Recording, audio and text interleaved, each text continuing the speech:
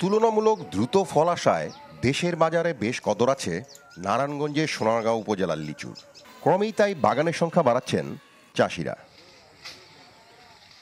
তবে হতাশার খবর হলো এবার খুব একটা ফলন আসেনি লিচুর। যা এসেছিল তাও নষ্ট হয়ে গেছে তীব্র তাপদাহ আর অসময় শিলাবৃষ্টিতে। তাই বিপাকে পড়েছেন 12 গ্রামের 780টি লিচু বাগানের মালিকরা।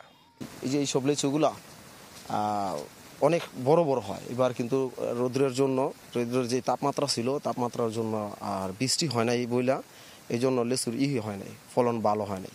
সোনারগাঁয়ে 4 প্রকারের লিচু হয়, আপনার চায়না 3, চায়না আর আপনার এলআরসি আর কদমি, আর আমাদের মনে করেন কদমিরই বেশি হয় সোনারগাঁয়ে।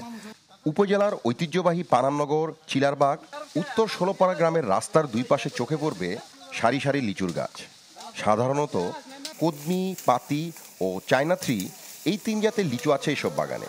বাগান মালিকরা জানান সোনারগাঁয়ের মাটি ও আবহাওয়া লিচু চাষের খুবই উপযোগী। এবারই প্রথম বড় হোঁচট খেলেন তারা।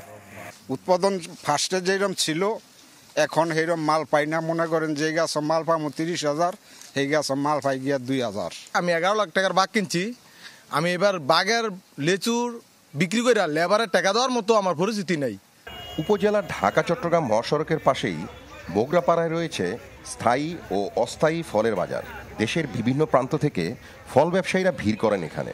লিচু কিনে পৌঁছে দেন রাজধানীসহ দেশের বিভিন্ন এলাকায়। লিচু সরবরাহ নিয়ে হতাশার সুর তাদের কণ্ঠেও।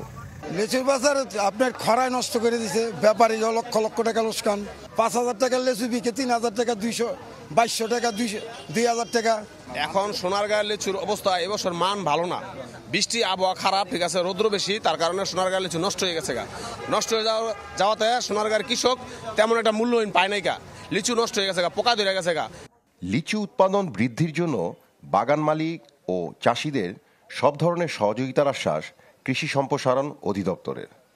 কৃষকদের বাগান পরিদর্শন করেন এবং সেই বাগান পরিদর্শনকালে সেই ফলের গাছে সার ব্যবস্থাপনা, ফলের সারা বছরে সার দেওয়া, প্রয়োজন মাফিক সেচ দেওয়া এবং প্রয়োজন মাফিক যখন পোকামাকড় বা রোগবালাইয়ের আক্রমণ হয় তখন বালাইনাশকের স্প্রে করার বিষয়ে উপসহকারী কৃষি কর্মকর্তা নিয়মিত কৃষকের সাথে যোগাযোগ রেখে সে অনুযায়ী পরামর্শ প্রদান করছেন।